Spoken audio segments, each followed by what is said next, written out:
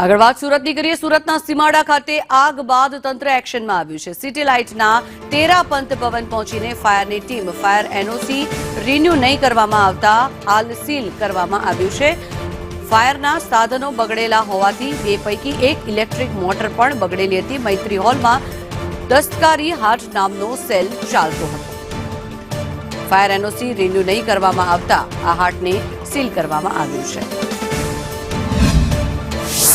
સુરતના સીમાડા ખાતે ગતરોજ આગ લાગી હતી। 5 લોકો દાઝી ગયા હતા, એકનું મોત થયું હતું। ફરી એકવાર ફાયરની ટીમ એક્શન મોડમાં આવી છે। તમારી સામે છે કે તેરાપંથ ભવન ખાતે આવેલા દસ્તકર હાટ જે ચાલી રહ્યો હતો, આ દસ્તકરી હાટની અંદર ફાયર સેફટીના સાધનોનો અભાવ જોવા મળ્યો હતો। આ મૈત્રી હોલ જે તેરાપંથ ભવનનો છે અને અહીંયા ફાયરની ટીમે સઘન ચેકિંગ કરી હતી અને અચાનક જ એમને ધ્યાને આવ્યું હતું કે જે ફાયરના સાધનો હોવા જોઈએ તે પૂરતા બરાબર કામ નથી કરી રહ્યા હતા। સાથે જ જે એનઓસી લેવાની હોય છે તે પણ ના લેવામાં આવી હતી।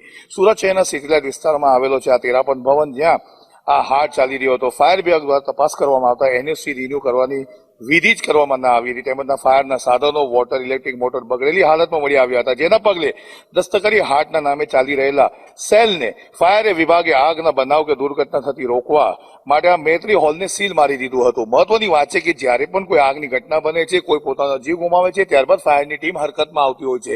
તેરાપંથ ભવન ઐતિહાસિક ભવન છે, અહીંયા ફાયર સેફટીના સાધનો છે, લાગેલા પણ છે, પરંતુ માત્ર ને માત્ર મૈત્રી હોલના અંદર એમને એવું લાગ્યું આજે અચાનક કે જે ઘટના બની છે સીમાડામાં, એમના ઉપર, અમારા ઉપર કોઈ એક્શન લેવામાં ના આવે તેના માટે અહીંયા પહોંચી ગયા હતા અને અહીંયા જે હાટ ચાલી રહ્યો હતો, લોકોની હાજરી હતી, તેમને ખાલી કરાવીને આ હાટને બંધ કરી દેવામાં આવ્યો છે।